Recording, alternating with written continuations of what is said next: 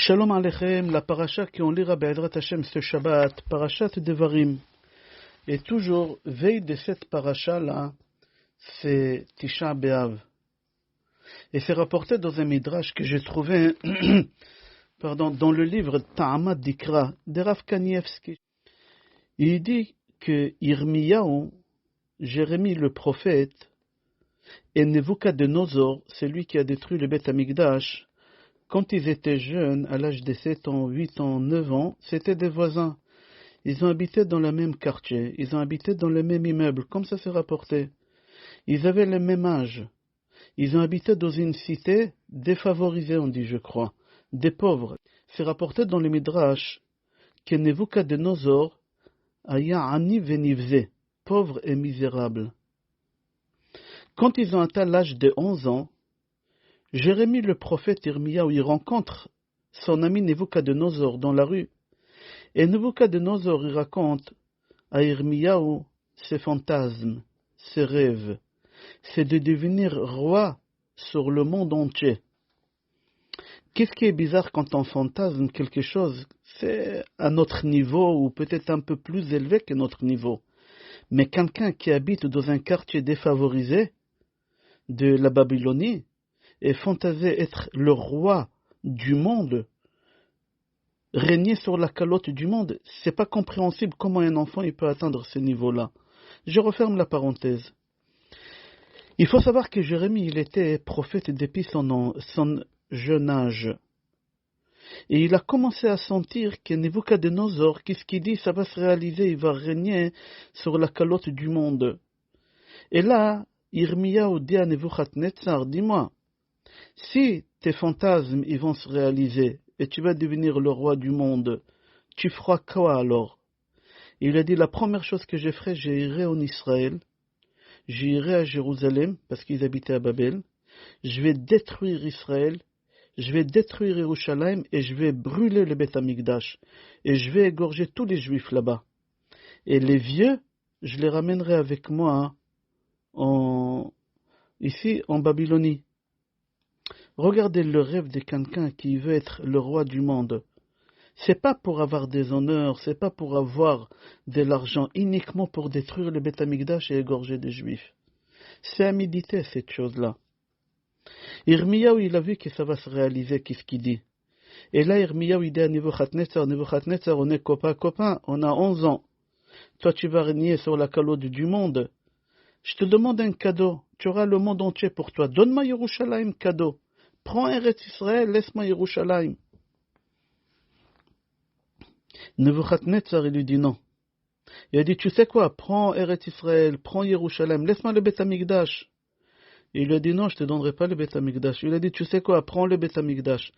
Donne-moi Tinokot shel Beth Rabban, donne-moi les petits enfants juifs.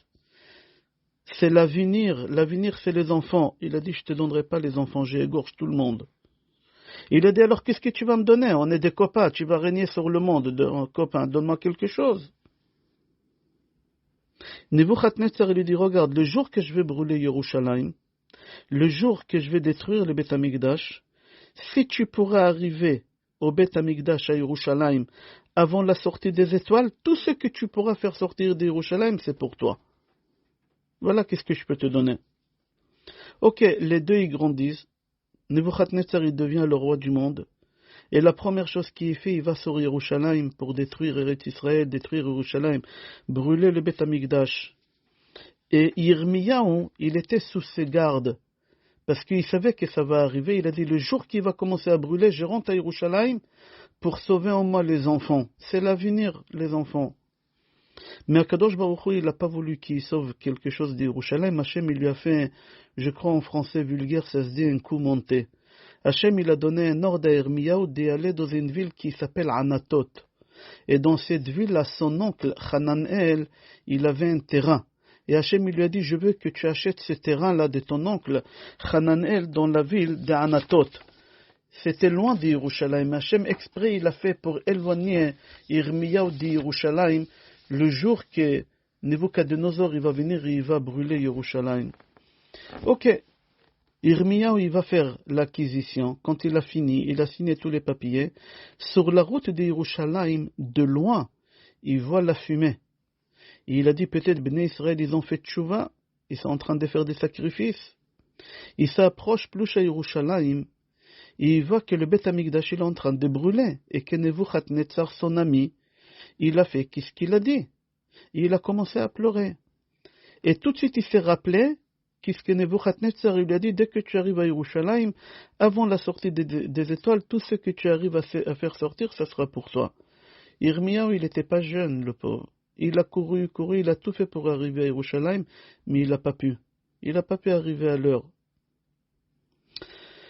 J'aimerais répéter la question que j'ai dit tout à l'heure. Comment c'est possible qu'un enfant pauvre, misérable, 11 ans, il a des rêves et des fantasmes sur quelque chose que c'est pas possible qu'il va se réaliser. Quand on a des rêves ou des fantasmes, c'est sur quelque chose qui est de notre niveau, peut-être un peu plus. Mais un enfant qui habite dans les cités des 9-3, qui n'a aucune éducation, régner peut-être sur son quartier, on va dire, mais aller régner sur son pays, sur le monde entier, d'où il a eu cette chose-là? Comment c'est possible? D'où il a eu ça? Il faut avoir une audace pour rêver, pas rêver une chose pareille. Alors il faut savoir, ok, une deuxième question, il y a une réponse pour les deux questions. Et comment ça se fait qu'il a pu? Comment ça se fait qu'il a pu devenir le roi du monde? Normalement, il faut avoir dans les gènes quelque chose, c'est pas possible de faire des choses pareilles. Il faut comprendre qu'est-ce qui s'est passé ici. J'ai trouvé une réponse dans un livre qui s'appelle Zera Barer, qui rapporte Maharachu Rabbi Chaim Vital Zecher Tzadik Vekadosh Livracha. Écoutez, asseyez-vous bien. C'est rapporté dans Sefer Melachim, tome 1, chapitre 10, pasuk 13. Vehamelech Shlomo Natan le Malkat Shba et Kol Chefza.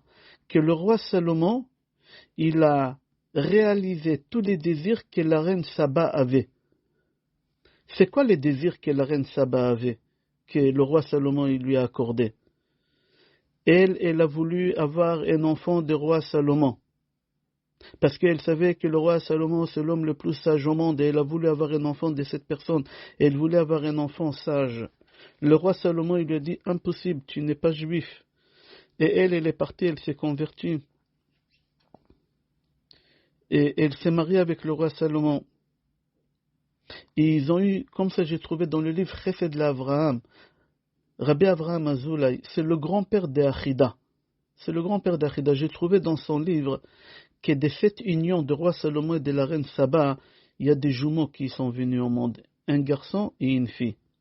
Et la fille du roi Salomon, elle a ramené au monde Nebuchadnezzar. Tu imagines? C'est-à-dire Nebuchadnezzar, c'était juif. Il était juif parce que sa grand-mère, elle s'est convertie au judaïsme, elle s'est mariée avec le roi Salomon qui a construit le Beth Amikdash. Alors la fille de la femme du roi Salomon, c'est normal que la fille, elle est juive, et Nebuchadnezzar, il est juif. C'est-à-dire c'est lui qui a construit le temple, le Beth Amikdash. Son petit-fils, il est venu, il a détruit le Beth Amikdash. Dans Binyahu ben Yehoyada, il dit Shlomo Amelech bana et Beth Amikdash. Le roi Salomon il a construit le premier Beth Amikdash. Son petit-fils y vient, Nebuchadnezzar, et il détruit le Beth Amikdash. Ok, pourquoi je ramène cette chose? Parce que la question elle était de où Nebuchadnezzar il a eu ces fantasmes de pouvoir régner sur le monde. Maintenant c'est compréhensible tout simplement parce que dans ses veines il avait du sang bleu qui coulait, du sang du roi Salomon. C'était pas n'importe qui. Son grand-père, c'était le roi Salomon. C'est pour ça qu'il a des fantasmes comme ça. Comme ça, j'ai trouvé dans le livre Amaor chez Batora. Achida, Rabbi Chaim Yosef David Azoulay, dans son livre Torah Tanakh, et aussi dans son deuxième livre Petach Enaim, il rapporte une Gemara Ta'anit. La Gemara là-bas, elle pose la question, elle dit, comment c'est possible que Jérémie, qui doit être un des futurs un des plus grands prophètes, il fréquente un non-juif.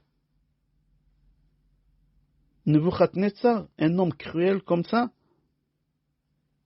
Écoutez la réponse qu'il donne à Achida. Achida, il dit, il faut que tu saches que le roi Salomon, il est revenu ici dans le Gilgoul, dans le corps de Jérémie. C'est-à-dire qu'Yirmiyahu, dans la vie d'avant, c'était le roi Salomon, que c'était le grand-père de Nebuchadnezzar. Et maintenant, Nebuchadnezzar, Il est ami avec Yirmiyahu, mais en réalité c'est son grand-père. On avance. C'est rapporté dans le Midrash, aussi dans la Gemara Gittin, je crois, page Nunvav ou Nunzain 56 ou 57. C'est rapporté là-bas au moment qu'ils ont voulu détruire le Beth Amikdash. Nebuchadnezzar, il a envoyé Nebuzardan. Nebuzardan pour détruire le Beth Amikdash. Ils sont arrivés à Yerushalayim le 7 Av, le 8 Av, ils se sont assis où il y a le Kohen Gadol qui est assis pour faire des réunions, pour décider comment brûler le Beth Amikdash. Le 9 Av, Akadosh Baruch Hu, il a envoyé 4 malachim, 4 anges. Chaque ange, il avait une torche du feu dans la main, et chacun, il a brûlé le Beth Amikdash dans un coin. C'est-à-dire, en réalité, qui a brûlé le Beth Amikdash? C'est Nebuchadnezzar, Nebuchadnezzar, c'est Nebuzardan, c'est Akadosh Baruch Hu, c'est qui? La Gemara dit qu'Akadosh Baruch Hu, il a dit à Nebuchadnezzar, Bait charou vechrafta, Bait saruf sarafta, Bait tachun tachanta, Lo asita klum, silakti et shrinati. Akadosh Baruch Hu dit à Nebuchadnezzar, tu as brûlé une maison que j'ai brûlée déjà. Tu as détruit une maison que j'ai détruite. Tu as rendu une ruine qui est déjà en ruine. Je me suis retiré de cet endroit-là. Alors tu n'as rien fait, toi. C'est rapporté dans le Midrash au nom de Rabbi Shimon Bar Yochai que Bnei Israël, dans le désert, pendant les 40 ans, ils ont pleuré 2 fois pour rien, avec des larmes. 2 fois, les Bnei Israël, ils ont pleuré dans le désert avec des larmes. La première fois, c'était Lechem HaKalokel, quand ils se sont plaints à la fin de la 39e année. Ils ont dit à Moshe Rabbeinu, manger du pain, la manne, et ne pas y aller aux toilettes, notre ventre, il va s'exploser à la fin. Ils ont commencé à pleurer du cinéma. La deuxième fois que Bnei Israël, ils ont pleuré, c'était quand les explorateurs, ils sont revenus d'Eretz Israël. C'était la veille de Tisha B'Av. Ils ont fait pleurer tout le monde. C'est-à-dire qu'à Bnei Israël, ils ont pleuré 2 fois, et Akadosh Baruch Hu, il leur a fait pleurer encore 2 fois. La première fois, Hachem, il leur a fait pleurer sur la tombe de Rachel et Menon, au moment que Nebuzardan, il les a ramenés vers la Babylonie, en exil. Et la deuxième fois, ils ont pleuré quand ils sont arrivés en Babylonie, c'est marqué dans Tilim al Naharot Bavel, Sham Yashavnu Gambachinu, Bezochrenu et Tzion, quand ils sont arrivés, ils se sont assis devant le fleuve de la Babylonie. Sham Yashavnu Gambachinu, ils ont pleuré. Comme ça, il dit Rabbi Shimon Bar Yochai. C'est-à-dire quoi? Il dit Rabbi Shimon Bar Yochai, la destruction des Beth Amikdash, elle est venue à cause des larmes gratuites. Quand vous avez quitté Yerushalayim, vous avez pleuré pour de vrai. Mais aujourd'hui, et vous avez obtenu le 2e temple. Et maintenant, si vous voulez le 3e temple, c'est uniquement à travers les larmes. Le Zohar HaKadosh continue, il dit, il faut que tu saches que le mot pleure, Bechi, pleure, il dit Rabbi Shimon Bar Yochai, j'ai compté dans la Torah, c'est marqué 20 fois le mot pleure. La première fois, on le trouve chez Hagar. Hagar, la servante d'Abraham. C'est marqué Vatissa et Kola Vatefk. Quand elle est partie de la maison avec Ishmaël, et la gourde d'eau, elle s'est vidée, et son fils, il était malade, il a failli mourir, elle a commencé à pleurer. Voilà le premier pleur qu'il y a dans la Torah. Le deuxième pleur qu'il y a dans la Torah, c'est chez Abraham Avinu, quand sa femme elle est morte. Vayavo Abraham lispod le Sarah velifkota. Troisième endroit où on voit qu'il y a du pleur, c'est quand Esav il capte que son frère Yaakov il a pris les brachot, c'est marqué là-bas, Vaïsakolo. Il a crié très fort, il a fait couler 2 larmes et demie. La 3e et la 4e fois, c'est Yaakov quand il rencontre sa femme Rachel pour la première fois, Vaïsa et Kolo Vaïefk. La 5e fois des pleurs dans la Torah, c'est quand Yaakov il rencontre son frère Esav pour la première fois, après qu'il s'est sauvé, Vaïchapkeu, Vaïpol al Tzavarav, Vaïchapkeu, Vaïfku. Ils ont pleuré. La 6e fois, quand Yaakov il reçoit la tunique de son fils remplie du sang, il y a une contradiction qui il a pleuré, mais en tout cas il y a du pleur. Il y en a qui disent que c'est Yaakov, le papa, qui a pleuré, et il y en a qui disent non, c'est le grand-père qui a pleuré, Yitzhak. Mais il y a du pleur ici, il dit le Zohar HaKadosh. La 7e fois, il y a 8 fois pleuré chez Yosef. Aucune tribu s'est marquée là-bas qu'elle a pleuré, à part Yosef 8 fois et Binyamin une seule fois. C'est bizarre, Yosef il fait que pleurer 8 fois, Binyamin son frère, son vrai frère de père et de mère, c'est lui aussi, c'est marqué qu'il a pleuré. Une fois, mais il a pleuré. J'ai trouvé dans un livre qui s'appelle Sefer HaYashar comment les frères de Yosef ils l'ont jeté dans le puits. Yosef, au moment qu'ils l'ont jeté dans le puits, Yosef il crie du puits. Et il dit à ses frères, mais asiti lachem, qu'est-ce que je vous avais fait? Uma chatati, quel péché j'ai fait? Allo anichi atzmechem ou psarchem, on est de la même chair. Yaakov avichem aviu, Yaakov votre père c'est mon père aussi, on est des frères. Velama ta'asu li hadavar hazeh, pourquoi vous faites une chose pareille? Ve'ech tisu et penechem lifnei Yaakov avinu, comment vous avez avoir ce courage de regarder le visage de papa, notre père? Et comme ça, il criait de ce trou, ils l'ont jeté, il disait Yehuda, il commençait à citer les prénoms de ses frères. Yehuda, Reuven, Shimon, Lévi, Echai, mes frères, c'est Unami Marchakim, faites-moi sortir de ce trou-là. Asher Samtemoti que vous m'avez jeté. Et craignez Hachem, et craignez aussi papa. Si j'ai fait des erreurs avec vous, je vous demande pardon, on est les enfants d'Abraham. On est les enfants d'Yitzhak, on est les enfants de Yaakov qui ont pardonne. Le pardon existe chez nous. Pardonnez-moi. Chez nous, les Juifs, quand on voit un yatom, terachamo alav, quand vous voyez un orphelin, vous avez de la pitié sur lui. Imraev, s'il a faim, on lui donne à manger. S'il a soif, on lui donne à boire. Et vous, vous n'avez pas de la pitié sur votre propre frère, de la même chair, de même père. Ayez de la pitié. Et Yosef, il pleurait, il criait de ces trous là où ils l'ont jeté. Et il continue, il disait, Mi ten vida abba hayom et amaase asher asu li echai. J'aurais bien voulu que mon père, papa, il saura qu'est-ce que mes frères ils m'ont fait aujourd'hui. Les frères de Yosef, quand ils ont entendu Yosef crier et qu'il pleure, ça les a dérangés, ils étaient en train de manger. Qu'est-ce qu'ils ont fait? Ils se sont éloignés de là-bas. Pour ne pas écouter ses pleurs et ses cris, ils ont continué à manger comme si c'est rien passé. Entre-temps, il y a des voyageurs qui passent par là-bas, c'est des Ishmaélim, qui retirent Yosef de ce trou. Et après, ils le vendent aux Midianim. Et après, les Midianim, ils prennent Yosef avec eux vers l'Égypte. Sur la route pour y aller en Égypte, ils passent par la route qu'elle s'appelle Derech Ephrat. C'est où Rachel elle est enterrée. Et Yosef, il a vu la tombe de sa mère et il a couru vers la tombe de sa mère. Vaïmaher Vayarot Yosef el Imo, il a couru vers sa mère. Vaïpol ala kever, il est tombé, il s'est allongé sur la tombe de sa mère. Vaïtzak, il a crié sur la tombe de sa mère, Vayomer, en disant, Imi, maman, Yoladiti, maman, tu m'as fait naître. Koumi, lève-toi, regarde ton fils, on m'a vendu comme un esclave, personne n'a de la pitié sur moi. Koumi, lève-toi maman. Rory, réveille-toi, regarde maman, regarde mon visage, regarde mes larmes sur mes joues. Maman, imi, Rory, veakitsi, komi Rory. Maman, lève-toi, maman, tiens-toi debout, regarde ton fils. Pleure avec moi s'il te plaît maman, je veux pas pleurer seul, je suis fatigué de pleurer maman. Regarde mes frères, quel cœur cruel. Maman, réveille-toi, arrête de dormir, réveille-toi de ton sommeil. Maman, je veux que tu ailles chez Hachem et tu demandes à Hachem qu'est-ce qu'il pense de ce que mes frères ils m'ont fait. Ils m'ont enlevé ma tunique et ils m'ont vendu en esclave 2 fois. Ils m'ont séparé de mon père. Personne n'a de la pitié sur ma maman. Maman, va chez Hachem.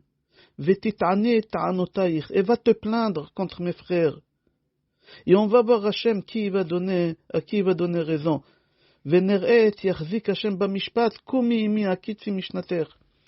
Yosef tellement il pleure, tellement il crie sur la tombe de sa mère. Il n'en pouvait plus, tellement il était fatigué de ses pleurs, des larmes. Il s'est endormi sur le marbre de la tombe de sa mère. Il s'est endormi. Et là, Yosef il entend sa mère qui lui répond en bas. Sa mère il lui répond en bas. Et sa mère, il lui dit, c'est Rachel, sa mère, il lui dit, béni, Yosef, mon fils, Yosef. Béni, Shamat et Kol Bechiatra, j'ai entendu tes pleurs. J'ai entendu le son de ta voix, comment il crie. J'ai vu tes larmes, mon fils. J'ai vu ta souffrance, mon fils. Ça me fait énormément de la peine. Et déjà, j'ai des peines pour tous mes enfants. Et en plus, tu me rajoutes toi. Et pour ça, mon fils, je te dis, attends, patiente. Chakel Adonai vitrolello. Ve'al tira ki Adonai imchaou. Mon fils, attends, tu vas voir des miracles. Patiente. Arrête de pleurer. Tu vas voir des miracles. Hachem, il est avec toi, il te lâchera pas. Akadosh Baruch Hu, il va te sauver de tous les problèmes, de tous les malheurs que tu vas rencontrer. Lève-toi d'ici et va en Égypte avec tes maîtres qui t'ont acheté. Parce que tout ça fait un plan préparé pour ton bien par Hachem. N'aie pas peur, Hachem il est avec toi, il ne te lâchera pas. Jusqu'ici, j'ai trouvé ça dans Sefer HaYashar. J'ai trouvé dans Midrash Tanchuma, dans Parashat Vayigash. Il faut que tu saches, tout ce que Yosef il a eu dans sa vie en bonheur, Yerushalayim il a eu la même chose en bonheur. Tout ce que Yosef il a traversé dans sa vie en malheur, comme ça Yerushalayim aussi il a traversé en malheur. C'est-à-dire que Yosef et Yerushalayim, c'est la même personne. Parce que la valeur numérique de Yosef, c'est 156.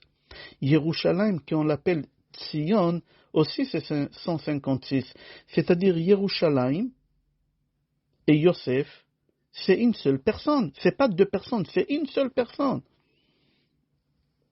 C'est-à-dire que Yosef, il est attaché à Yerushalayim. Tout ce qui se passe à Yerushalayim, Yosef, il traverse. Et c'est pour cela, quand Yosef, il fait la paix avec ses frères, avec des pleurs, quand Yosef il rencontre ses frères après toutes ces années de séparation, 21, 22 ans de séparation, comment il fait la paix avec eux? On pleure. Alors nous aussi, on aura le Beth Amikdash avec des pleurs. On a perdu le Beth Amikdash à cause de la haine gratuite. Les frères de Yosef aussi, ils l'ont vendu à cause de la haine gratuite. C'est marqué. Ils l'ont haï. Le premier Beth Amikdash et le deuxième Beth Amikdash, il a été détruit à cause des Sinat Chinam, à cause de la haine gratuite. Yosef aussi, c'était la haine gratuite. C'est-à-dire que Yosef et Beth Amikdash, c'est la même personne. Et c'est pour ça que Yosef, il embrasse son fils et son frère Binyamin. Parce que Yosef, il savait que lui, c'est le Beth Amikdash qui va être construit sur le territoire de son frère Binyamin. On avance. C'est rapporté dans Gemara Gittin, page Nunhei, Amoud Aleph ou Amoud Bet, je ne me rappelle pas, que Beth Amikdash il a été détruit à cause de Kamtsa et Bar Kamtsa. Je vais raconter ici deux histoires atroces. Atroces. Et on va comprendre pourquoi Hachem il a détruit le Beth Amikdash. La première histoire qu'Hachem il a détruit le Beth Amikdash à cause de Kamtsa et Bar Kamtsa. C'est quoi? Il y a quelqu'un qui mariait sa fille. Et à l'époque, on n'avait pas tous les moyens électroniques pour envoyer des cartes d'invitation. Avant, on partait des porte à porte et on donnait la carte d'invitation. C'était comme ça, ils n'avaient même pas la poste. La Gemara, elle raconte que ce bonhomme-là qui mariait sa fille, un de ses meilleurs copains, il s'appelait Kamtsa. Mais son pire ennemi à lui, c'était le fils de Kamtsa, Bar Kamtsa, le fils. Et c'est lui qui partait faire les cartes d'invitation de mariage, il s'est trompé. Au lieu d'aller chez le papa, son meilleur ami, il est parti inviter son pire ennemi au mariage de sa fille. Ok, le mariage de la fille arrive. Et au début de la soirée, le papa de la fille, qui voit assis à table, juste devant la table d'honneur, qui était assis dans la table d'honneur? Tous les rabbanim, tous les tanaïm, tu imagines des grands rabbanim. Et le papa de la fille s'approche et dit, mais qui t'a invité toi? Mais qu'est-ce que tu fais là toi? Sors d'ici. Le bonhomme il a honte, il dit, écoute, je vais payer mon plat, je t'en prie, ne me fais pas honte. Mais je m'en fous de ton argent, sors d'ici. Il dit, écoute, je t'en prie, ne me fais pas honte, j'ai honte. Je paye toutes les personnes qui sont dans la table. Il y a 12 personnes, je paye. Il dit, je m'en fous de ton argent. Tu comprends pas, sors d'ici. Il dit, écoute, je te paye toute la soirée. Ne me fais pas honte comme ça. Il dit, je ne veux pas de ton argent. Tu comprends pas, il attrape par la queue de la chemise et il le fait sortir devant tout le monde. Ce bonhomme-là, il s'est fâché. Il a dit, comment c'est possible, des rabbanim, pas n'importe qui, des tanaïm, ils voient comment ce bonhomme il me fait honte et personne ne l'a branché. Il est parti tout de suite chez le Romain, il leur a raconté la Shonara, et là-bas c'était l'exécution. Kadosh Baruch Hu, il n'a pas supporté qu'un juif il fait honte à un juif, mais c'était l'exécution. Mais Hachem il n'a pas tamponné. C'est possible qu'il y ait une exécution, mais tant qu'il n'y a pas de tampon, on ne peut pas se passer à l'acte. Hachem il a donné l'exécution de détruire le Beth Amikdash. Il a dit c'est pas possible. Viens, on va voir où Hachem il a tamponné. Écoute cette histoire-là. Beaucoup de gens qui ne connaissent pas cette histoire. C'est toujours dans la même Gemara, Gittin, page Nunchet. La Gemara Gittin, page Nunchet, cette histoire, elle est connue au nom de Shulia de Nagra. C'est quoi Shulia? En français, ça se dit un apprenti. Un menuisier apprenti. Là-bas, la Gemara, elle raconte qu'il y a un monsieur qui avait une menuiserie, il a embauché un petit jeune comme apprenti.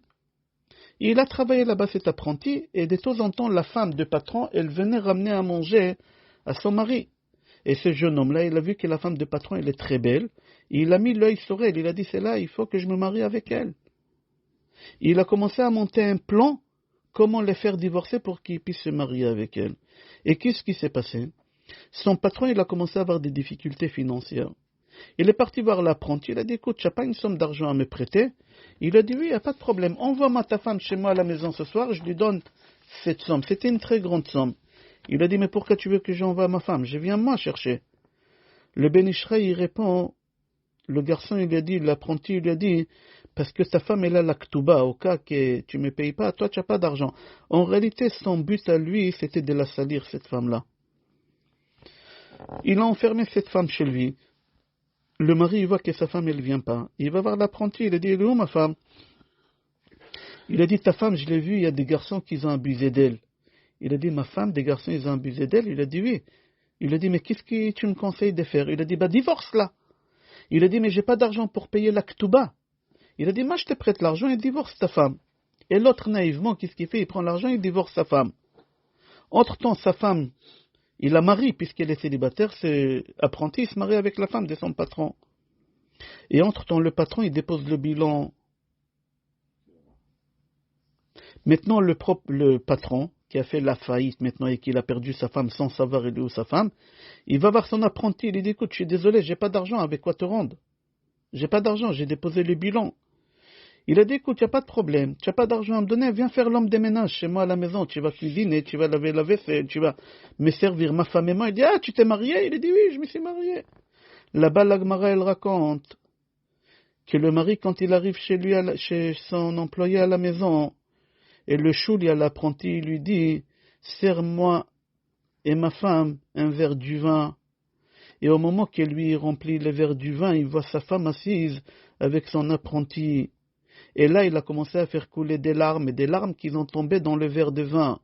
Et la Gemara dit, Ve'al otasha nertam gzaradin. Et là, Kadosh Baruch Hu, il a tamponné la destruction des Beth Amikdash.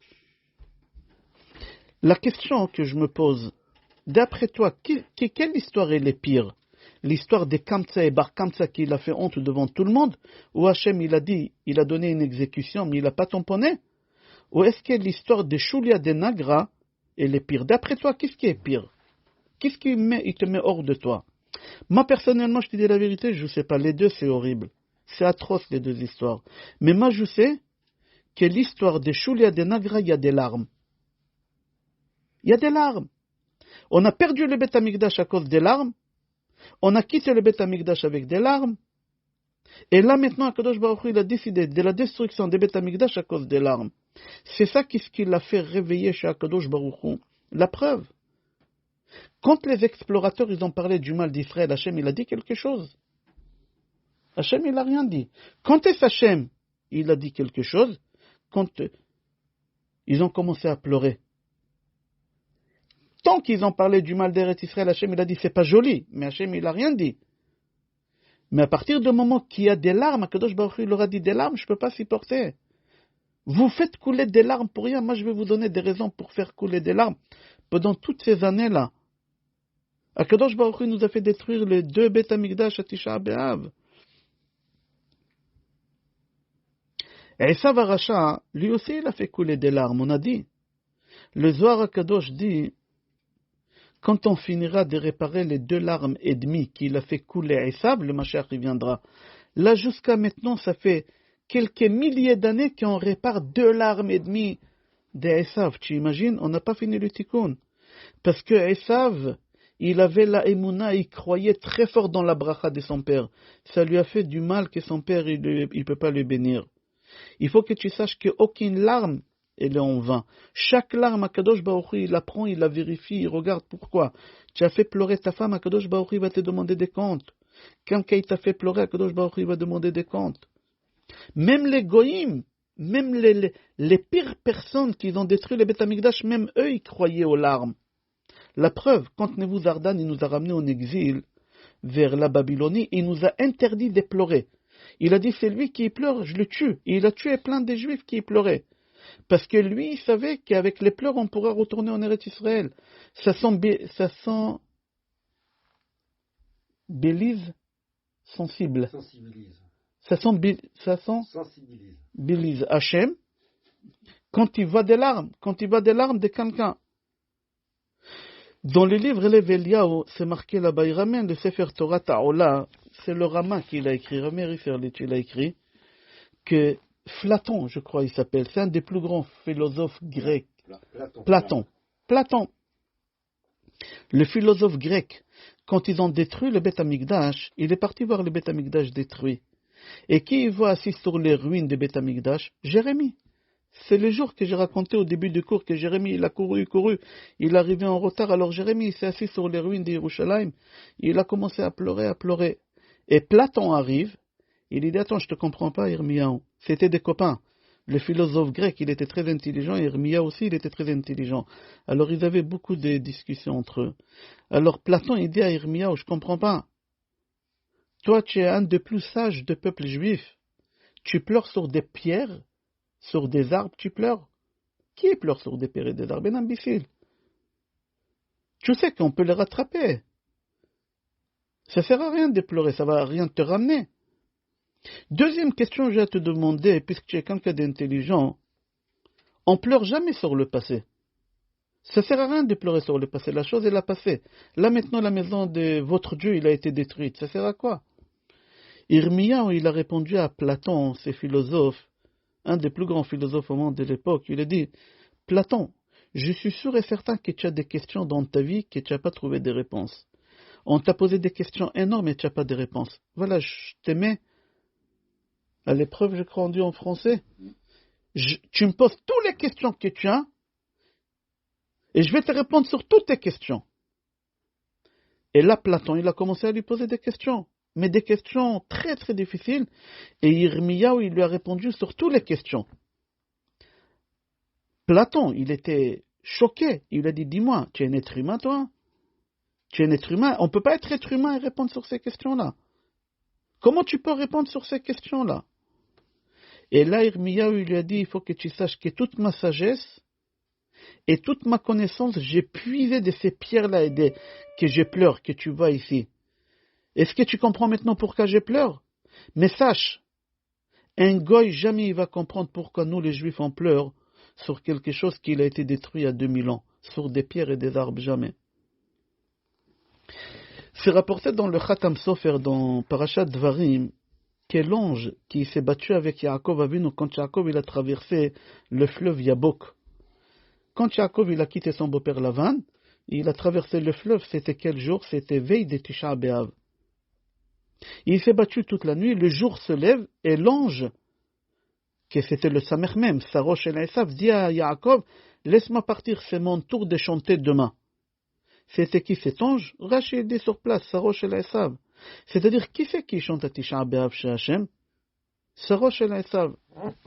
Ok, on a dit que Yaakov il s'est sauvé de son beau-père Lavan. Quand est-ce qu'il s'est sauvé? Veille de Rosh Chodesh. Veille de Rosh Chodesh Av. C'était un dimanche. 7 jours après, Lavan il rattrape Yaakov. 7 jours après, c'est le 7 Av. Le 7 Av, Yaakov il est obligé de faire monter un monument avec Lavan et faire une alliance avec lui. Et Akadosh Baruch Hu, il a puni Yaakov. Pourquoi? Parce qu'il a fait un monument. À cause de lui, il y a deux mots en araméen qui ne sont pas en Lashon HaKodesh, ils ont rentré dans la Torah.